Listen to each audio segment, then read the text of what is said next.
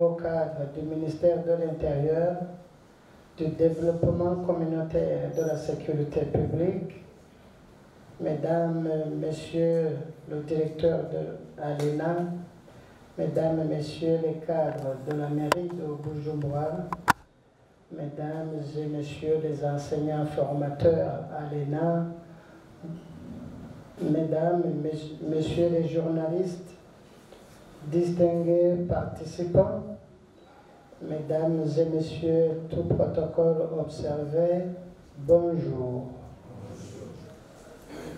Permettez-moi de commencer à remercier tout d'abord le Seigneur Dieu Tout-Puissant pour nous avoir réveillés en bonne santé, pour participer à cette formation du ministère de l'Intérieur, du Développement communautaire et de la sécurité publique.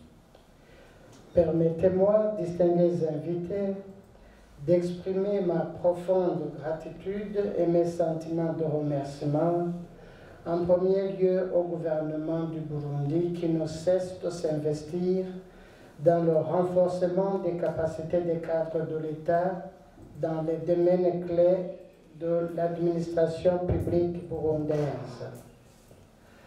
Au nom du ministère de la fonction publique, du travail et de l'emploi, et à mon nom propre, c'est une occasion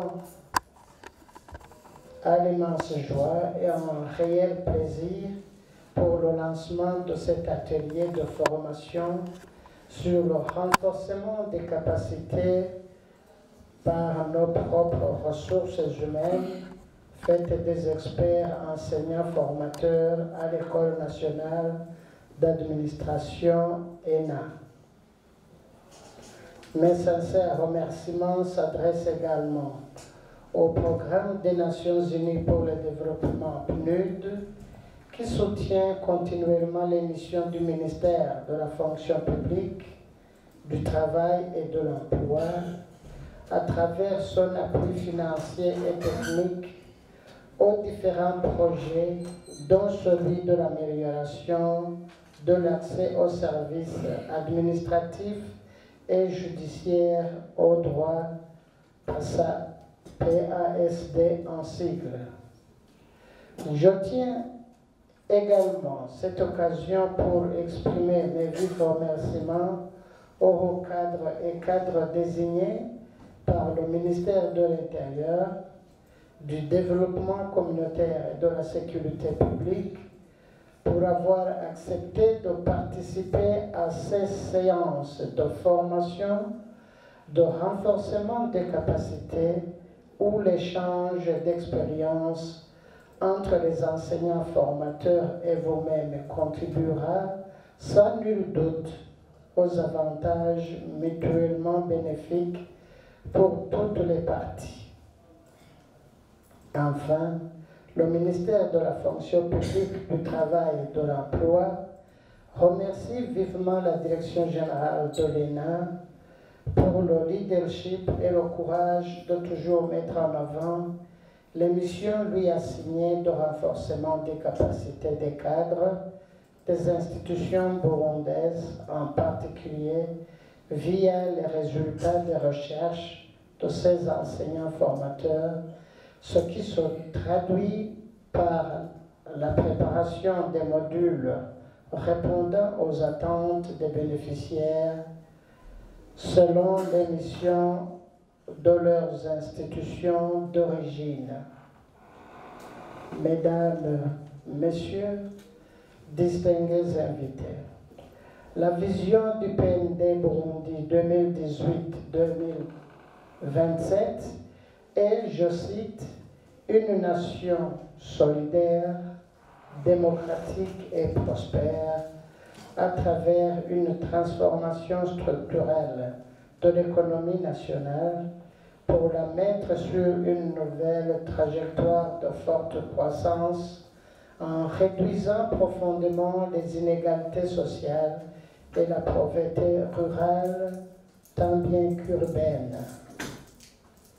Pour concrétiser sa vision, le plan national de développement s'est fixé comme objectif global de transformer structurellement l'économie burundaise pour une croissance forte, durable, résiliente, inclusive et créatrice d'emplois décents pour tous et induisant l'amélioration du bien-être social.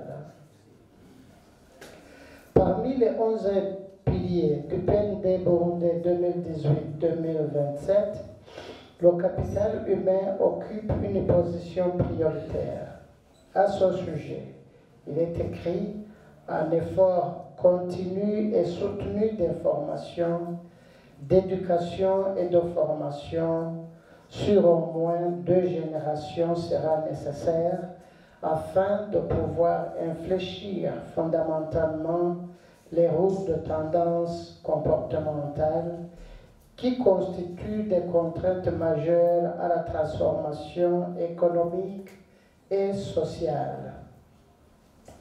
Mesdames, Messieurs, distingués invités, la stratégie sectorielle du ministère de la fonction publique, du travail et de l'emploi tire son essence dans le PND Burundi 2018-2027.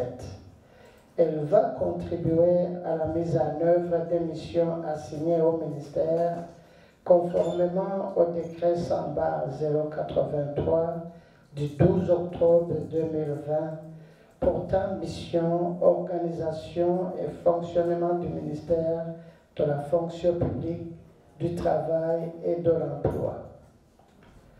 Au niveau de la stratégie sectorielle du ministère, les domaines d'intervention se traduisent en programmes qui répondent aux différents défis persistants constatés.